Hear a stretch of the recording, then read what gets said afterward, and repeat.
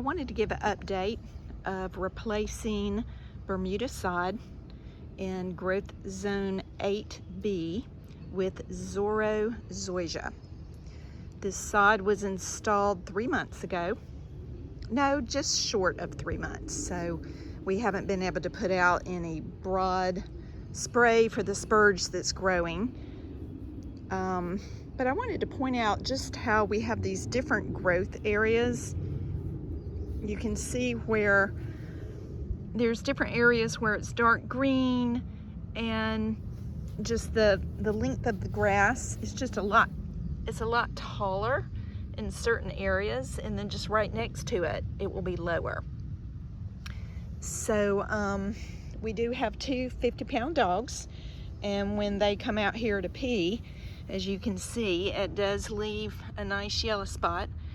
We're starting to get some stolons coming across that, and they will eventually fill in. And once we saw how badly it was damaging the grass, now we follow the dogs out and we drench the pee areas with water. So the growth is really nice and thick. Over here you can see in one of the damaged areas we have nice stolons coming across. And then over here, this area has almost completely filled in, which is great.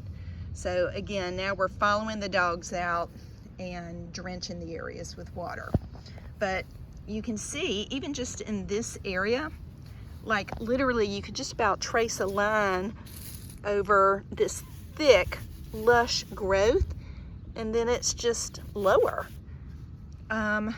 This was cut with a reel mower. We've cut it twice, and we've switched over to a battery mower that we'll start using to try to keep it 1 to 2 inches. So, excuse me. One thing we've had is we have had a lot of spurge coming up, which I'm sure came in with the dirt or the grass. And again, look at this little area of just kind of turbo growth. This is Zorro, which has a pretty fine leaf blade. I almost prefer Meyer with a wider leaf, but I like Palisades too, so I've never had Zorro before. But we do have a lot of spurge coming up. I started to pull it by hand, but it's just too much, and it's too early to do a broad spray. When there was a little bit, I did get one of those fork tools and tried to get it into the dirt to pull these up by the tap root, and this grass is knitted in so tight I literally could not get it down in there. So I'm just gonna have to wait. But again, these little areas are starting to fill in nicely now that we know what to do. But look at this. I mean, you can just see the difference. See this line right here on this beautiful thick growth, and then there's this. So the areas, the sod patches, oh look at this, I've got some nut sedge coming up. I have to make sure I get in here and pull these up by the root. I pulled up about 1,000 of these. Anytime there's new sod, you're just gonna have to put your perfection expectations aside. They did a really poor job of putting this physical barrier up next to my other neighbor's yard, and the Bermuda's trying to come over to play, so we have asked them to come over and redo that. But just an amazing variation on the height of the grass and the thickness and even the color as you walk through the yard.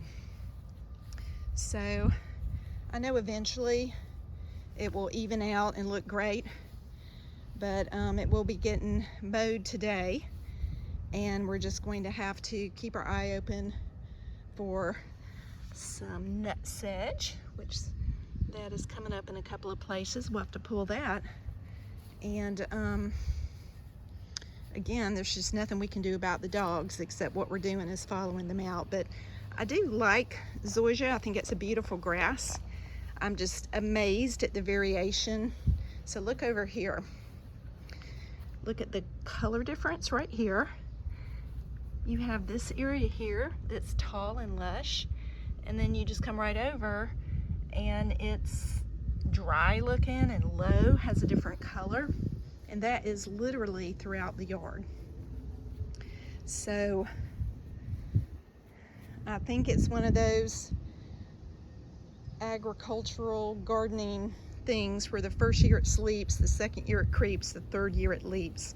I think we're just going to have to put up with some disappointment in the first year, keep it mowed 1 to 2 inches, do the correct amount of fertilizer, and we're just going to have to let it do its thing. Zoysia is a beautiful grass. I really like it a lot more than the Bermuda. This Zorro Zoysia, like I said, has a finer leaf. It's amazing though, in the areas where it's growing, it's just beautiful. It is so thick, and when you're walking on it, you just feel like you're truly walking on a carpet. But you can literally see a line going down when it starts changing over to the different thickness. So it's been quite a difference in the growth patterns. So I'll do an update after a year and see how it's doing. We're definitely going to have to figure out how to work with this barrier that our HOA required us to put up, so the Bermuda, it doesn't spread to the Bermuda. Look at the difference and how hideous that Bermuda looks. That's what our backyard looked like. It was dry and dead looking. So big difference, big difference. But it is a beautiful grass.